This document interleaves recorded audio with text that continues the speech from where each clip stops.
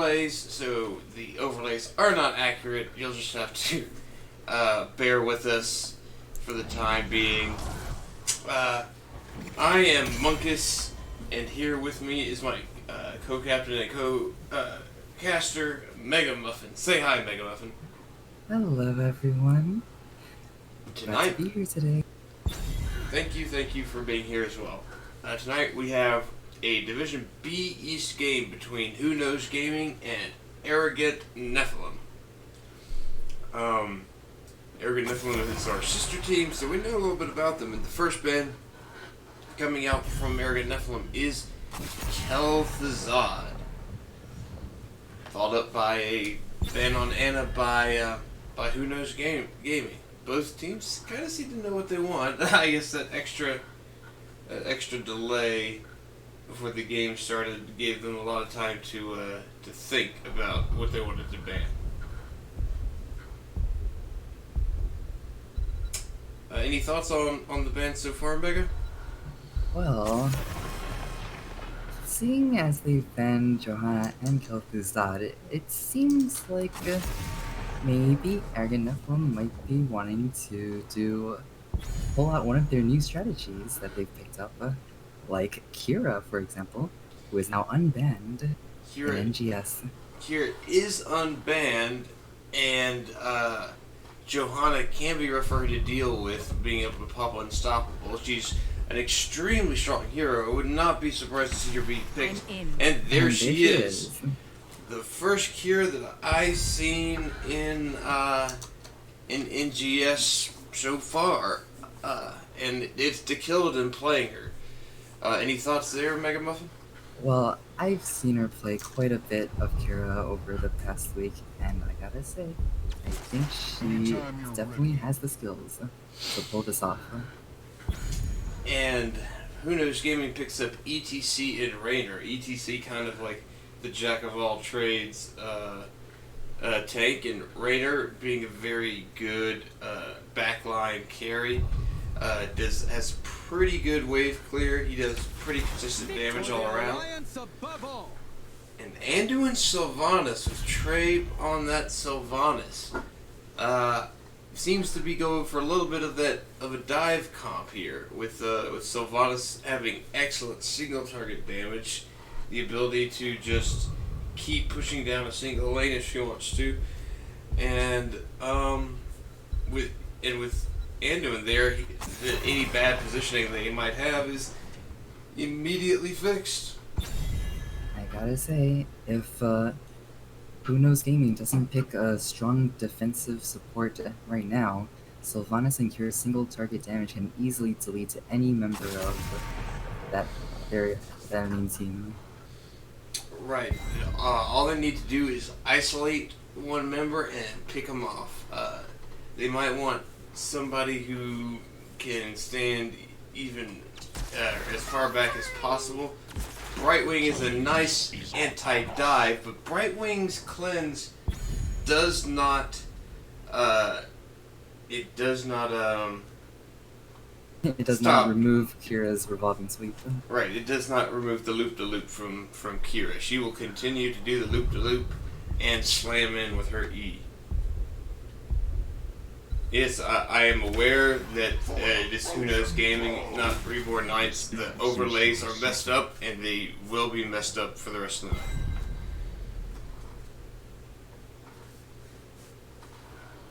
night. And Leoric. Yeah, the Malthael was a target man on Kime, and so Kime's going to have to flex some of his other off-lane picks. And he has been playing some Leoric lately. I think what we told him is that there's always somebody who can soak faster than the others, and Leoric is a good pick for that. And Mephisto rounding up the side for Who Knows Gaming. A very strong backline comp there. Likely to see Mephisto go with the Q build, as that is standard for Mephistos to take, as much as I disagree with that.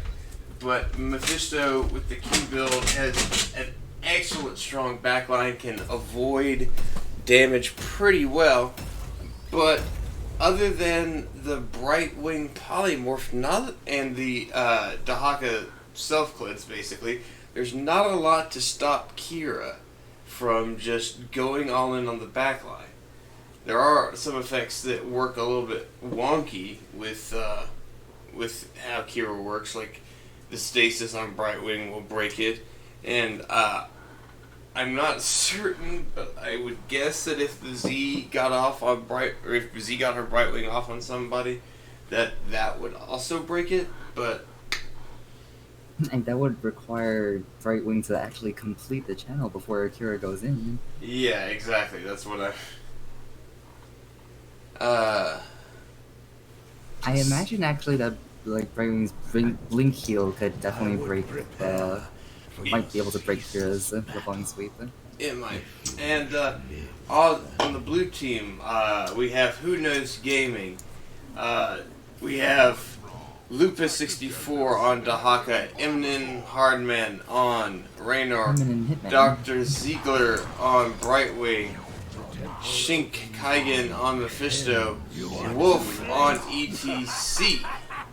And on red team, we have Trayvon Sylvanas, the Killadin on Kira, Segatai on Nubrak, No Pointer on Anduin, and King Leorg. And it looks like they are all headed for top lane to get some of that early top lane cheese on that tower.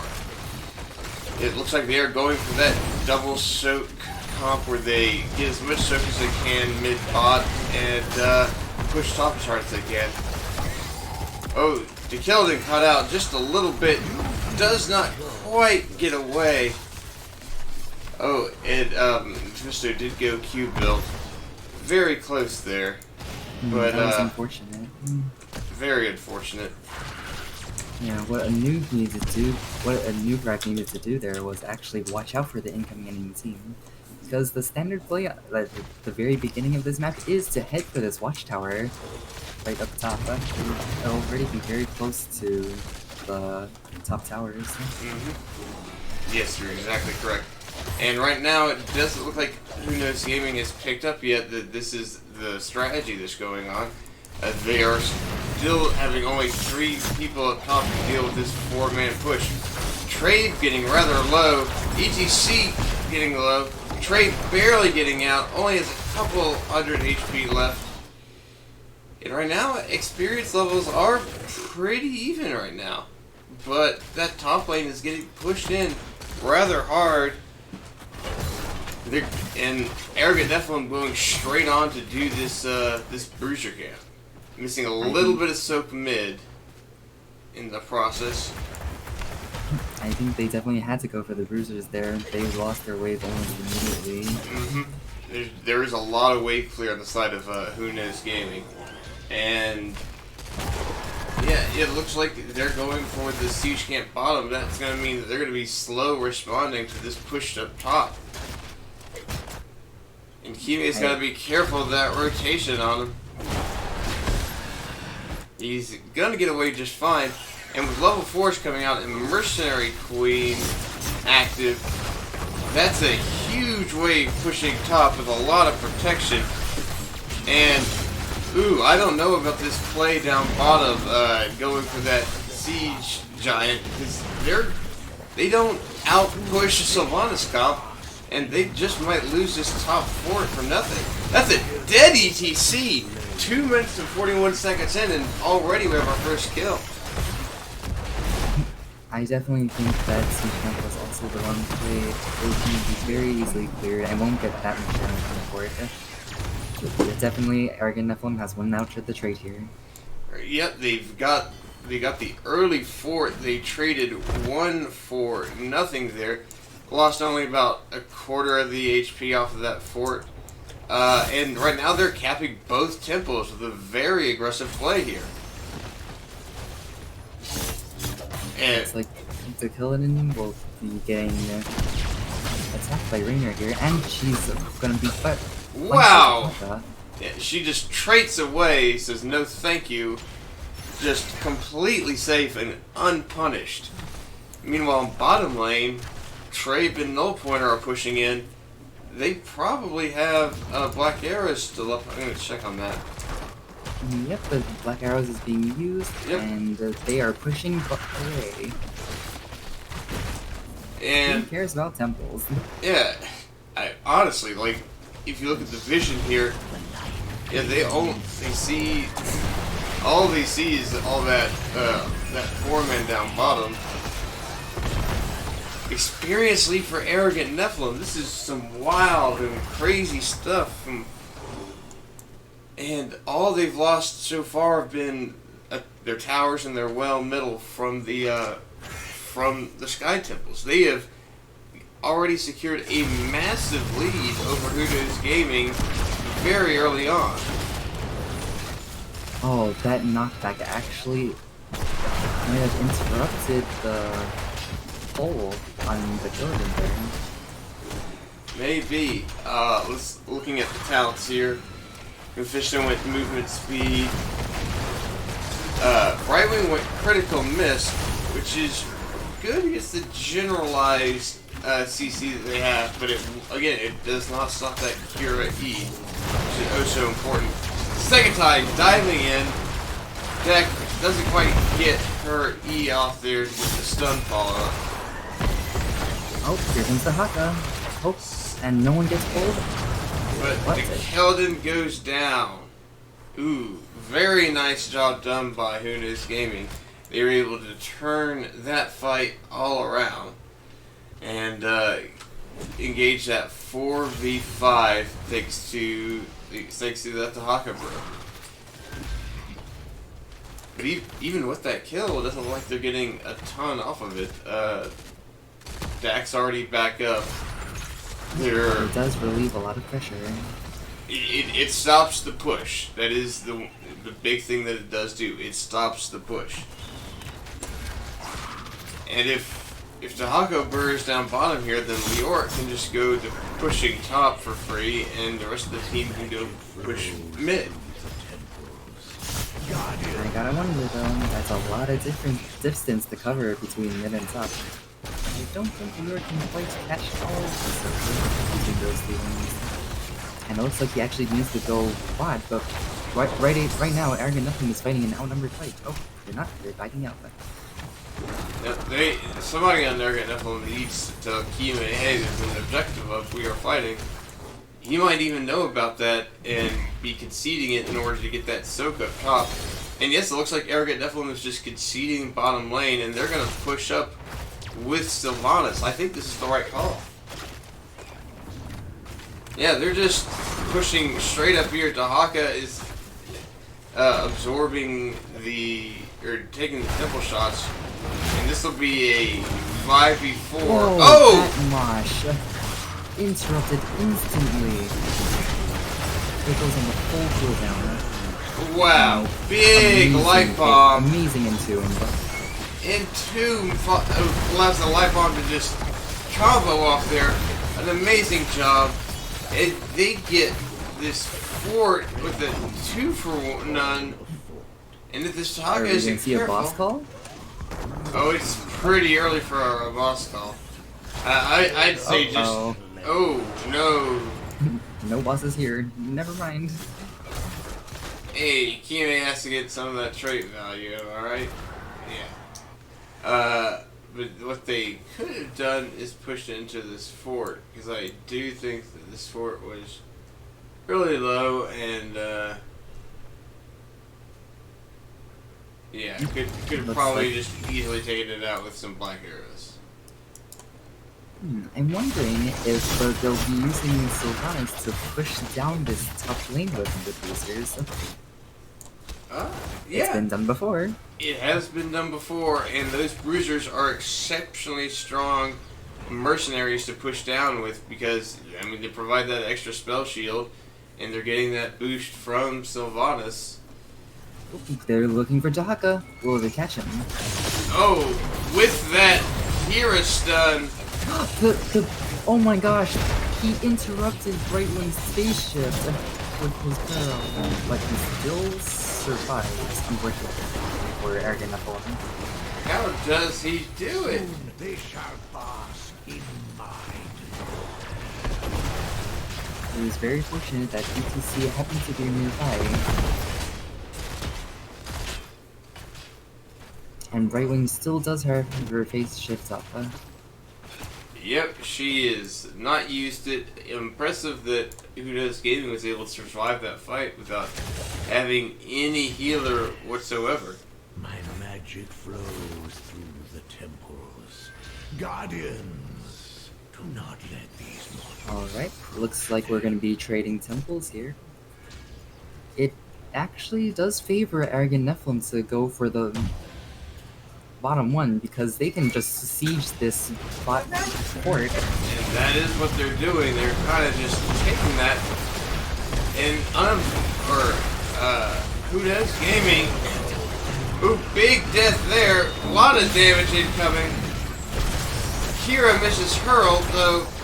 Big chase going on here. Everyone is super low. Top camp is pushing in hard. Wow. Wowie, wow, wowzers.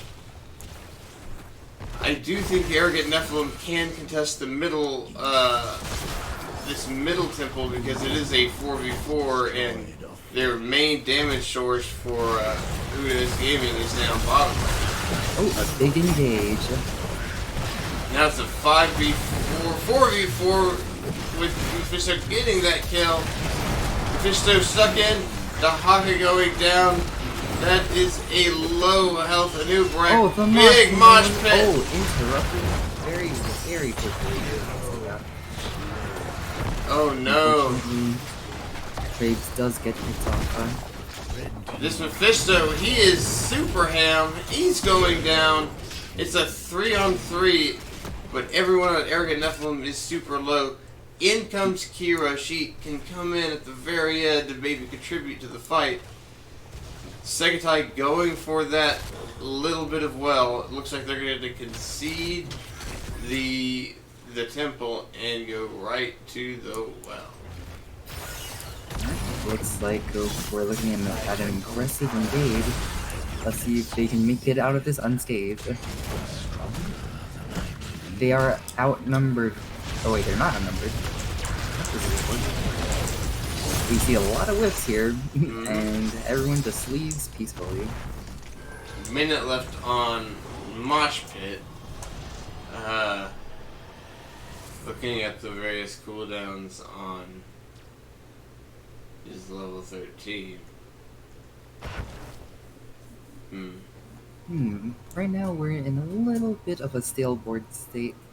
Nothing to take. But the Siege and Bruisers are both coming up. Let's see if Sylvanas decides to push any lanes with them. I doubt we it. have a flank incoming. Oh no! Noob, but he can get out no problem. Noob just walking away. Out comes the Cocoon to stop that dive. Right now, 16's up for Who Knows Gaming. Yep, and they can take anything they want right now for this brief period of time.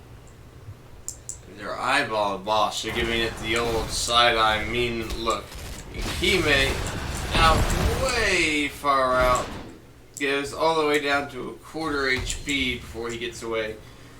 Top lane pushed in super far. They can't really get that soak at all. Who Knows Gaming kind of positioning to make sure that Arrogant Nephilim doesn't try anything cheeky. And the rest of them are kind of looking for that top engagement. They don't quite get what they want. Wait, where are they going? They're abandoning that bot lane. Oh gosh, I guess they were looking at this to see if they were doing boss or not. Yeah, I don't really know what was happening there. We got Temple up. It's getting captured pretty much for free right now. They're going for the boss play, but oh boy, this could end up being a massive throw. They have 2 globals. They can get here very quickly. Yeah. Oh man. Oh man. And Dahaka's the only one left. ETC. Can he get out in time? Does not! He doesn't make it. Wow! The last possible second! ETC doesn't quite get in! boss comes out. Leorg's down. ETC is down. They can push with this boss and win the game. Or they can just run away. That was actually very smart by Arrogant Nephilim. They saw that Dahaka used his burrow to go top, and they immediately jumped on the chance to do the boss, because Dahaka was not going to be able to join them. Oh, I missed that. I didn't realize that he had burrow top. I do strongly disagree with this play to be capturing the temple. They'd already conceded so much of it, and look, the boss, all that fighting, the boss takes out what? 1 tower. But with the Sylvanas push on top of that, you get that keep easy. Easy! They may have been a little bit too fearful of the anti-sieging power of Mephisto and Raynor. Yeah, but you had just, like, you could at least push with the boss up there. I totally disagree with that. They absolutely could have gotten keep, and they should have gotten keep there too. At least prevent some of that siege onto the boss. Again, as we're looking at it now, that was just a free clear. It got 1 tower down for all that risk that they had in taking it. It was such a risky move, and they were able to pull it off perfectly. But I feel like the shot calling afterwards, that was could have been a 1 game right there if they had played the cards right. Alright. All 5 of Arrogant Nephilim is top. Are they going to be looking to shove this in? It looks like they are. They are shoving this in instead of the boss. And they can see Dahaka is bottom, and so they know that this is a 4v5 scenario right now. Well, this is what some of the anti-sieging power I was talking about. They cleared everything almost immediately. Yeah. It just makes me wonder why they decided to go with that group and not with the boss. Kime managed to abscond pretty quickly there while doing a cheeky thing in the bush, but that was also kind of risky. Unfortunately, with that push, Arrogant Nephilim has lost their chance to run Luno's gaming down before they reach him. These temples are going to be pretty hard to contest now. Yeah, what they can do is clear out and just go straight to bot keep. Like, that might be a bit of a desperate move, but it might be the only fair shot they've got for a while. Arrogant Nephilim needs to be careful about fighting here. We see Dahaka moving in from behind. Well, looks like they run away. They're very close to swing. They just need a little bit more soak and they can fight this temple. Yep, and now they're rotating to cover up top and get that little extra soak. Let's look at those level 20s. We have Reset for Consumed by Hatred, Death Metal by ETC, Execute by Raynor, Invisible Friends by Brightwing, and Mobile Isolation. Kime is in trouble! Oh wait, that was extremely lucky for Arrogant Nephilim. Yeah. Right before that hit. He was lucky that he went ahead and died there, but oh no. Oh no! Arrogant Nephilim still gets mostly destroyed. Only the 2 damage dealers are alive. Well, I'm wondering if Who Knows Gaming can capitalize on this and just destroy every single keep Arrogant Nephilim has left. I mean, they're going with the safe call, and it's hard to disagree with that on a map like Sky Temple, where the objectives will eventually win you the game. And like right now, you're just going back to that boss play that was a keep at the very least, and could have been so much more. Oh man, if Arrogant Nephilim doesn't pull this one out, they're gonna be really kicking themselves at the opportunity lost. Well, there are 3 keeps to none. Arrogant Nephilim's best chance is just basically to run it down. Let's see if they can find the opportunity to do so. The boss is up in 5 seconds, and their best option would be probably to interrupt a boss play. Consumed by Hatred isn't up for another 35 seconds. So if they want to have a fight come up now, in the amount of time it takes for Getsuba Hatred to come off a cooldown. Otherwise, if another team fight goes south, then they're just going to eat all of that area damage and then just die super suddenly. Actually, Uno's Gaming's level 20 ability to contest the boss is actually insanely high. ETC's death metal, it is so hard to win a boss fight when ETC can just throw his body into your team and have basically 2 munches. Right. And right now it looks like Arrogant Nephilim has that top camp pushing in to finish off the core. They need to do something right now or else they're just going to lose from Winian pressure. They can't afford to just go back. They need to take the fight and take it here. Yeah. Big stun coming in. ETC comes out. Oh my god. Oh Wait, wow, that big was stun comes great. out. Oh yeah, that's not great. That's not great at all. That's not great. Not great at all. And that's all she wrote. Good game. Red team's core is under attack. That's that. Looking at the stats real quick here. Wow. Guardian. Sylvanas doing the majority of the damage. I will say that Kira can, while she can output a ton of damage really fast, it's that CC that you really pick her for. That extra stun and her own self-sustain in the middle of a big team fight. The Arrogant Nephilim had a super strong early game and mid game, but they kind of, I think that it came down to shot calling in the end, just not having fully realized what they wanted to do in those situations.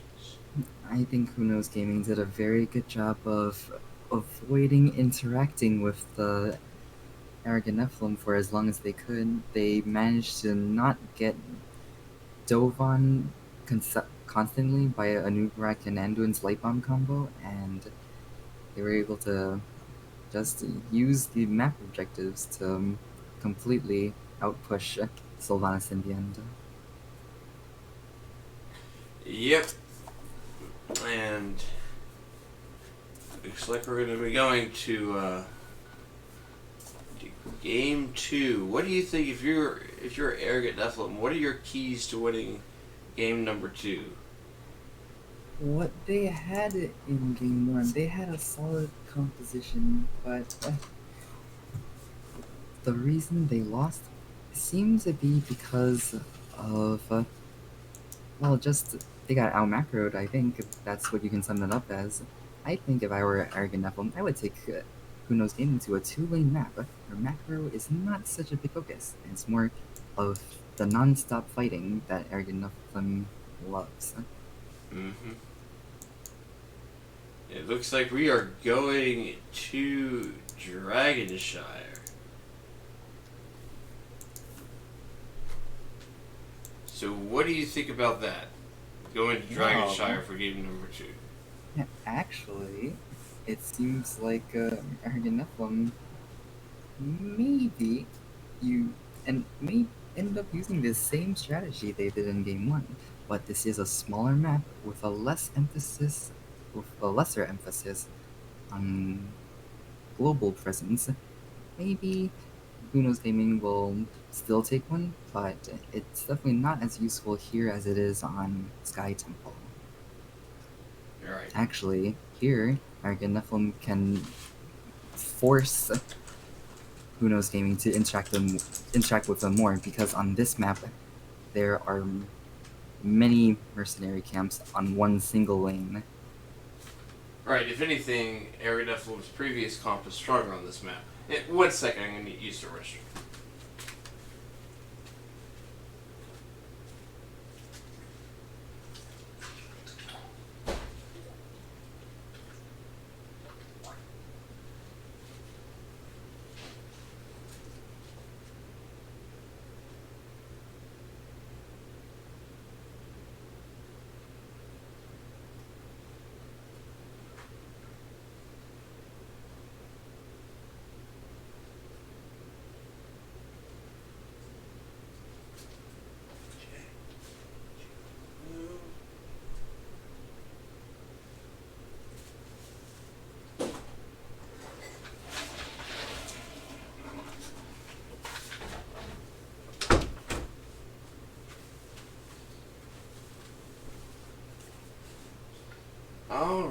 and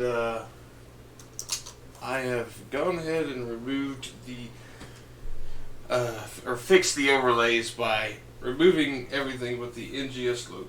So now there won't be any incorrect names because there won't be any names up there for now.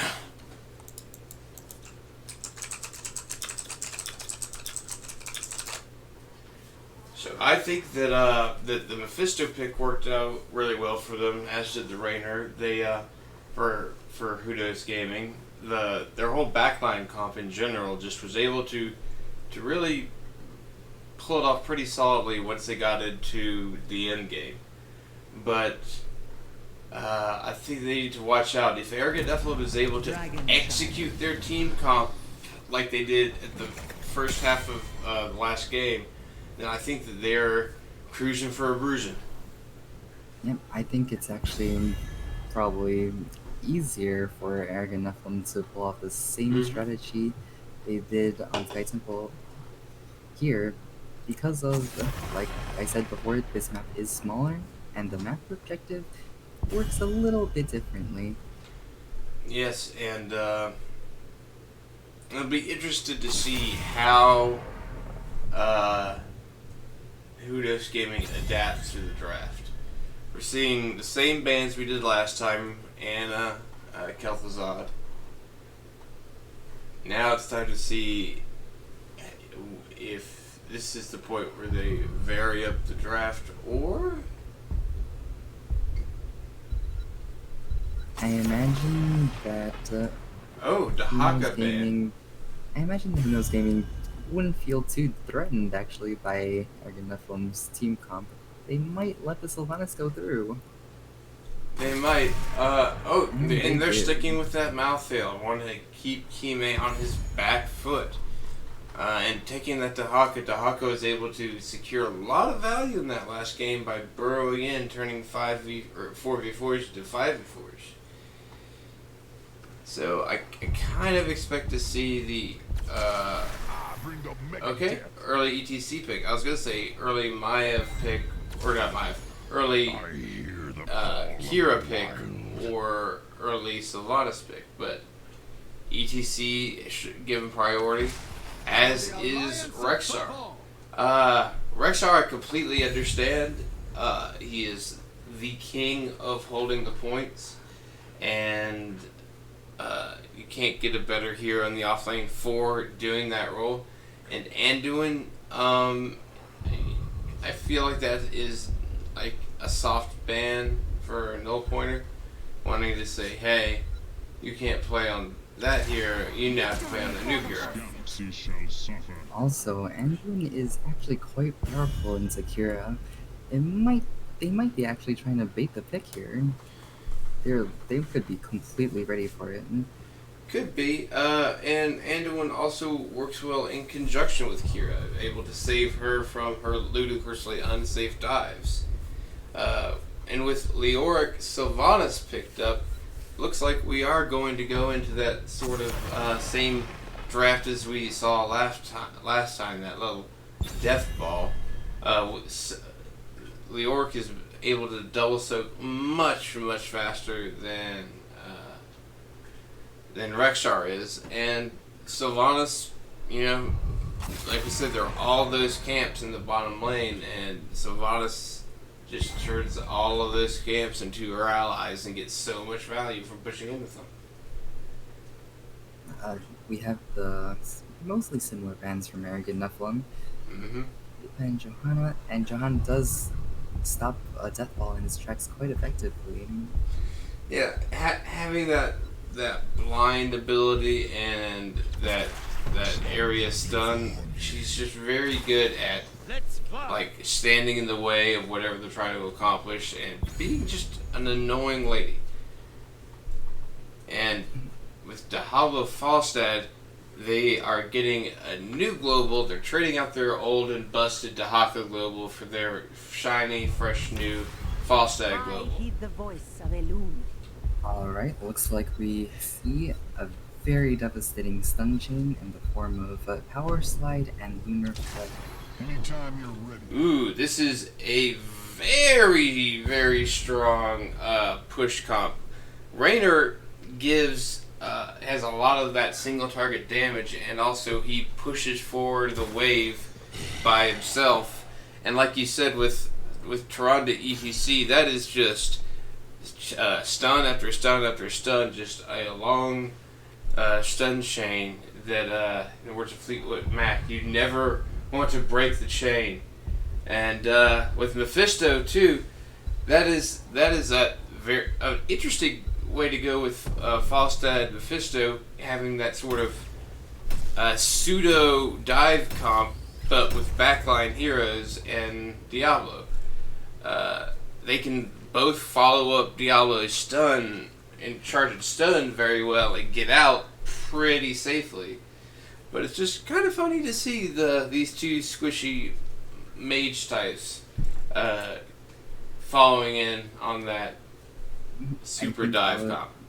I think how this early game will go is, well, I'll let you do the calls first. Yeah. And for Who Knows Gaming, we have Wolf on Diablo, Lupus on Rexar, Eminem Hitman on Falstad, Shinkaigen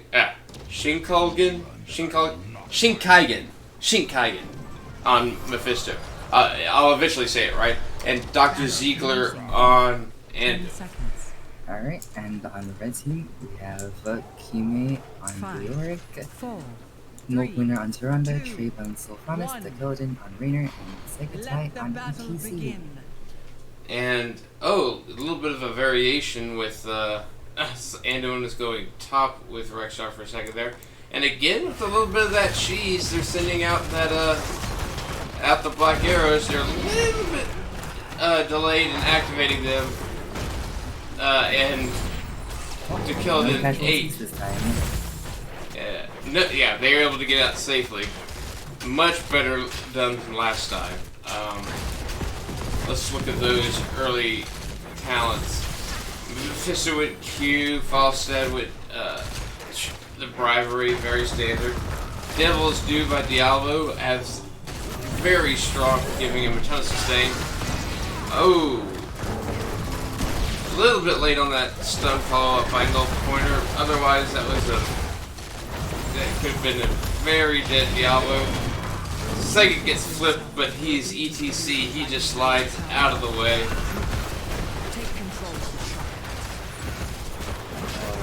Oh, that is very low Sega.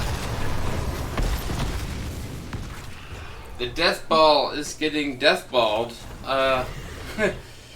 They're all very low on health.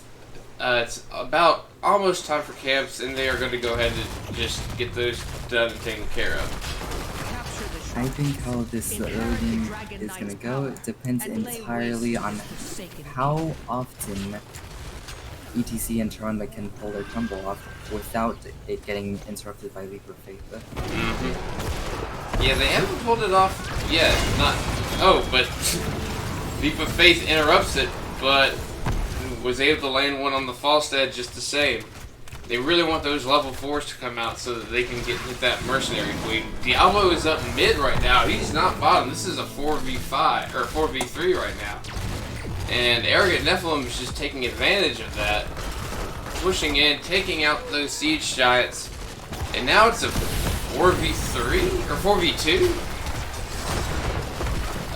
Impressive. That tower's almost dead. That was not the way to go in.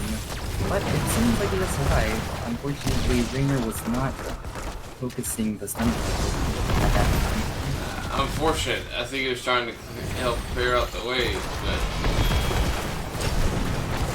can't do both. Well. Ooh, stunned again. Oh, that is. Diablo has been finally punished for stepping up. I looked away for just 1 second, and that Mephisto's gonna have to back. But up in the top lane, Rexar is bullying Leoric, is taking out that well. They are dedicating 2 people to do this. Bottom lane should be able to get this well for free with black arrows up, and it being a 4v2 right now. Actually, Kime should absolutely not be hitting Rexar right now. Yeah, he needs to just go back to losing double so soak. He is falling in for the trap. This is exactly what Who Knows Gaming wants. They want Kime to miss all that soak. He Oh, missed an Kime, entire what? wave trying to defend that wall. And Yeah. now he's missing it. Yeah, now he is a good half a level behind.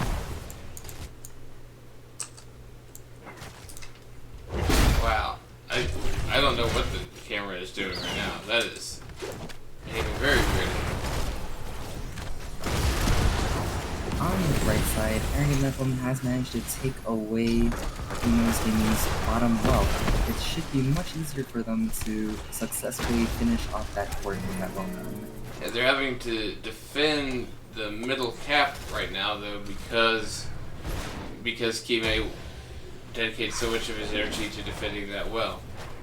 And ETC can't defend it all by itself. And bottom isn't going to be taken back anytime soon. They do have the number advantage, but Kime was it's too late. he was so slow in getting onto that and onto getting onto the dragon point. He could have very easily gotten on there much faster. Oh, here comes the fly. Oh, he cancelled it. And this is the problem here.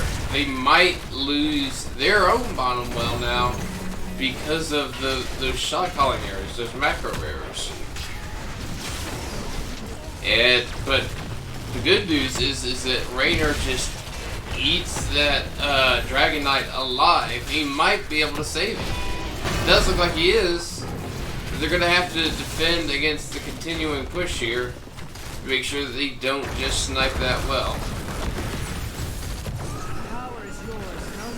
And they're missing out on soak from mid-top right now. It looks like Himu will lose a little bit of that top wave, but it's not too much. Right now, Arrogant Nephilim definitely needs to get on those camps and start using Sylvanas to their full effect. Absolutely. Oh, here comes Rexar, just finishing off that well, but hopefully Kime won't ignore it this time, because there's no way he can save it. Kime, no, he is going in after it. Kime. Oh, at least Misha died for it. Yeah, at least he got that. Oh, here comes the good old bribe. Arrogant Nephilim, they're down 10s right now, but Falstad is top. They should be taking this bottom camp, but they are instead electing to go for push on mid lane, while Kime push takes out that camp up top. I can understand why Arrogant Nephilim was hesitant to take that bruiser camp. They were down a talent tier advantage, a very important one for all. But they can go for it now because they're both 10. And doing? Nope. Right now they're doing the top bruiser camp, and the thing is that every time Unemployed Gaming does one of these, Who Knows Gaming? Who Knows Gaming? Sorry, all these gaming teams. Who Knows Gaming takes one of these camps unexpectedly. It throws Arrogant Nephilim off their rhythm. I kind of expect, like, they should be taking this bottom camp and then pushing in with it, and instead they're kind of, they waited way too long to start this off.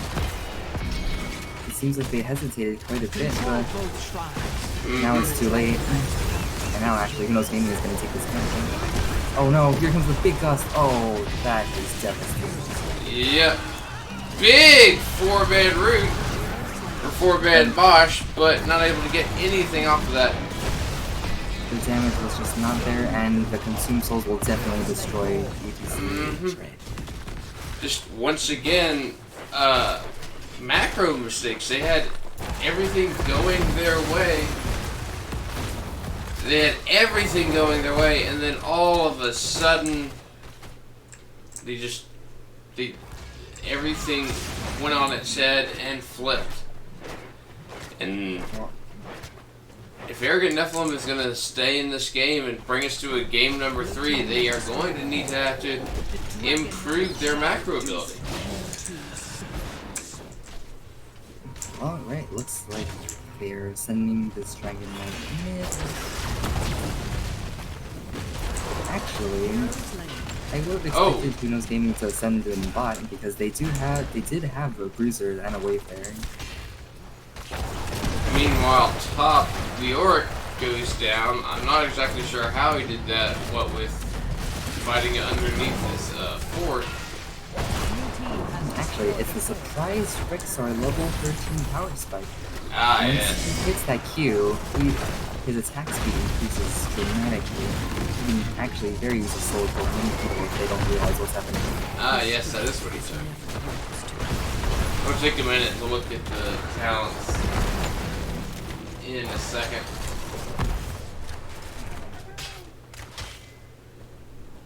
Speaking of fun builds, it looks like Diablo is going full fire stock build.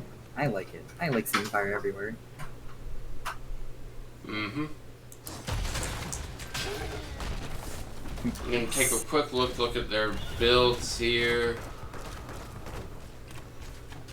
Pretty standard stuff. Yeah, all in on that fire with flip or the stun reset to give them even more fire.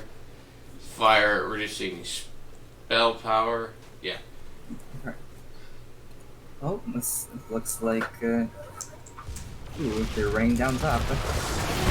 Running They down. definitely cannot defend this fort. But let's see Oh, if they can that get is some kills. There should be a dead. No, he gets away. This 200. was very good for this fight.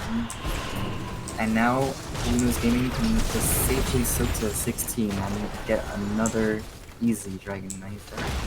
And the taunts coming out. Wow, that was a very nearly dead Mephisto. I'm not sure how he was able to escape with such little HP. Falsad is doing his best to split push down bottom. He's rather overextended too. And now Arrogant Nephilim, again, they were doing so well, but they haven't taken a single structure advantage here. They're about to lose. The next Dragonite. If you are on Arrogant Nephilim, what do you tell your team right now? Oh, big stun! Oh gosh. Whoa! What was that interaction?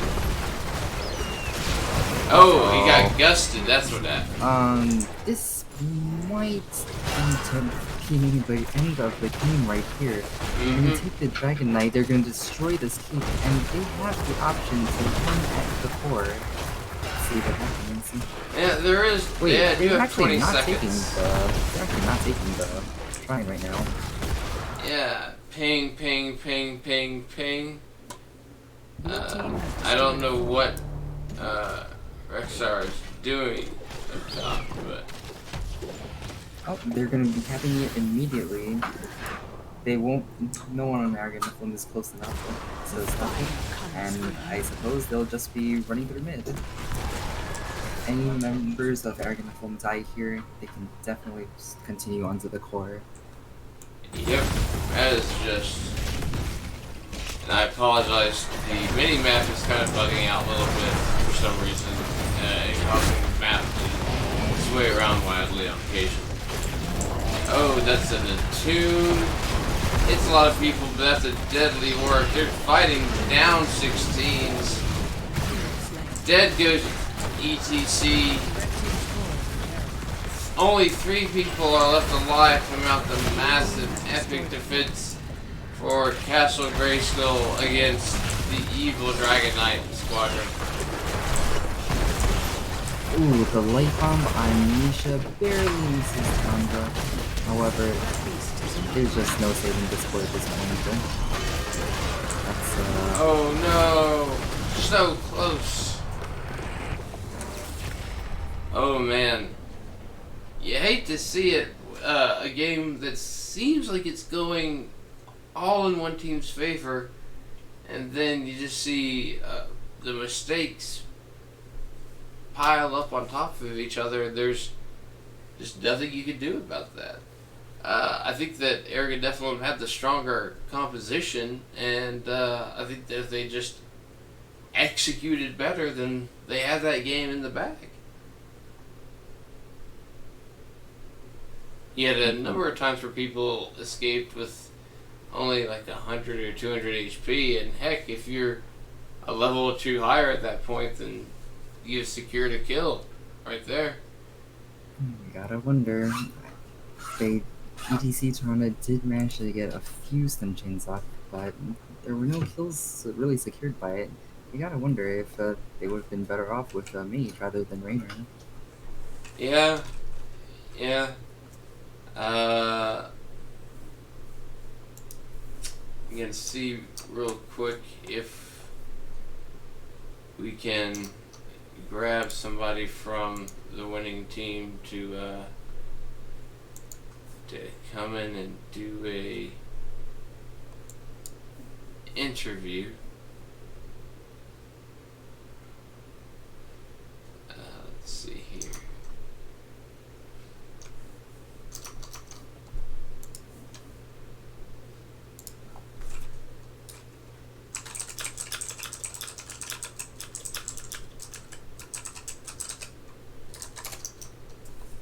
I'm gonna hop on down into lobby 5, okay?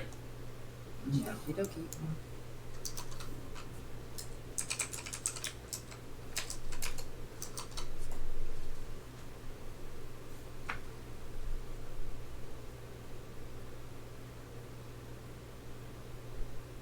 Hello. Hello, Wolf. How are you feeling after your domination? Very good. It feels good to get the 2-0. Mm-hmm. Saw a little bit of the new hero Kira in action in game number 1. What are your thoughts on her? I saw that you weren't really afraid of her to go through in either game. As long as you just spread out, she really can't heal off of you, so that's just what we tried to do, is minimize her healing and make her squishier.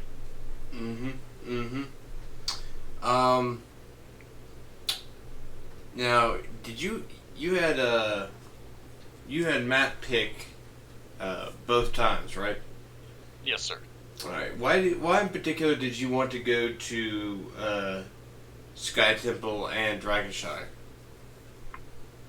They just seem like maps that the West does not pick very often. I don't honestly think that Arrogant Nephilim have played Sky Temple maybe about once this whole season, and it's a map we are very comfortable playing. Ah, I see. So would you say that going to Sky Temple was a key part of your strategy to winning that game? Yeah, we had planned that one out pretty well for what we wanted. They threw us for a loop with what they did with the Sylph, and it made the early game of that very rough. Yeah, it looked like that they were going to be threatening keep there for a second, but they backed off. When that boss play that they made, where they got boss literally at the last possible second before ETC comes in to interrupt it. How did you feel at that point? A little frustrated. The web wrap stopped me from being able to get onto the point, but we were able to get some. I think we got Kira out of that, so we were able to clean the boss for free. Yeah. And Dahaka and Brightwing were able to keep global pressure the whole map for us. Yeah, you really did favor those global heroes to help you out in each of the games. Is that something that you've practiced? That you went into these games with the mindset, okay, we have these heroes in our back pocket that we can bust out whenever we want them? I wouldn't say they're really back pocket, because a lot of this came from Heroes Lounge, so they're just heroes that we've played, but Rainer's super safe damage for Hitman, and he plays him a ton. and then it was like, hey, you should pick up Falstad so we can just pressure globally, since people seem to struggle against macro in other divisions that we played in before. Mm-hmm. And the more macro it helped in that season, in previous seasons in Heroes Lounge, it just seemed to help. Definitely seemed to help here, especially turning those 4v4s into 5v4s all of a sudden, especially against those sort of death ball comps. He was able to help you counter that pretty effectively. Now, I know the season is coming close to an end. Are y'all happy with how y'all have done so far this season? If you'd asked me after like the first 3 weeks, I would have said no, but after losing, I think, 4 matches in a row, we've finally kicked it on. Very nice, very nice. To be able to, keep a cool head and come back, that is no small task to be done. No, it was not a small task. It was absolutely frustrating, week in and week out, and not even taking games off of our opponents. Mm-hmm. Well, you know what they say, never give up, never surrender, always fight to the bitter end, and you certainly did show that never say die attitude. Y'all, it's hard to say that y'all came back at the end because statistics-wise, y'all were ahead both games pretty solidly throughout. But I kind of felt like in Game 1 with the boss play and early on in Game 2, the Arrogant Nephilim was showing signs that they might pull out the victory there. But y'all were able to keep the strategy that had been working for you and come out with a win. So, congratulations on that. Thank you. How did y'all sort of adapt in draft and in game to what they were doing? Game 1, it was honestly, they just ended up getting everything, and at that point, they have to be on our side of the map to pressure keep, and if they do that, that's a long walk back, and we had the globals to keep the XP in our favor. And Game 2, we had an idea if they decided to draft into that the map is small enough that they're not going to threaten our forts like they did in the first game. Mm-hmm. I gotcha. So you just wanted to kind of have a similar comp to what you had in the first time, but just focus more on that pseudo dive. Yeah. This was actually the first time I've played Diablo all season. Really? Well, you did a pretty good job with them. What about Mephisto? Is he a new pick? You got him in both games. Well, ever since they started taking KTZ away from Shinkaigen, he's been playing Mephisto, and until like 2 weeks ago, I didn't even know he could play Mephisto that well. And it wasn't even something we considered, and now it's like, well, they take KTZ, so we'll just play Mephisto. And if they take KTZ and Mephisto, he has other heroes to play. Nice. Very nice. Yeah, you can't just target ban one hero. I was curious about the KTZ ban, because that's almost always a very specific person target ban when KTZ is being knocked out like that. So I gotta wonder, what was it, Anna was the other one banned first round by Arrogant Nephilim?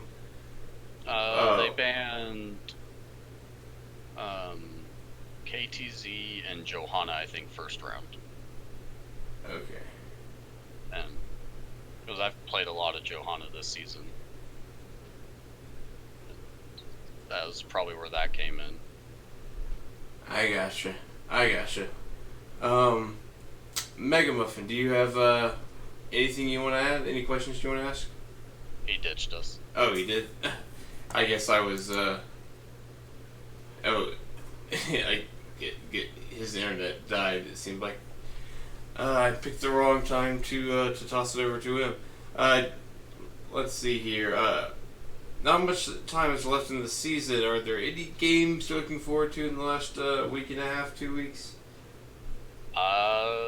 We have Soak Every Lane on Wednesday, and that's the big scary one coming up. And then Reborn Knights Red is our last weekly opponent for next week. So we're looking forward to those. Wow, yeah, those are some pretty tough teams that you saved for the last possible moment to fight. Yeah. Alright, do you have any shout-outs, before we go? Yeah. Shout out to you and Mega Muffin for casting us tonight. Like, we didn't get this game on the website until today, so we kind of just assumed no cast. So it's nice having someone cast us so friends could watch. Shout out to my team. They played great and they knew what to do. I didn't have to do work. They just let the tank die and feed games. He's not important. There you go. And shout out to the Arrogant Nephilim. I think I've been talking to Tria for like 3 weeks on when we were actually going to play this match, and he was really chill about it. Yeah, he's a good guy. All the members of Arrogant Nephilim are a good group of guys, and yeah, y'all were a pleasure to cast. Thank you for letting me cast. This has only been my second game casting. I hope it went a lot better than the first game that I casted. So hopefully y'all will find a kick out of the replay. I look forward to watching it. Awesome. All right, everybody. This is Bunkus from IDGS signing out. Y'all have a good night.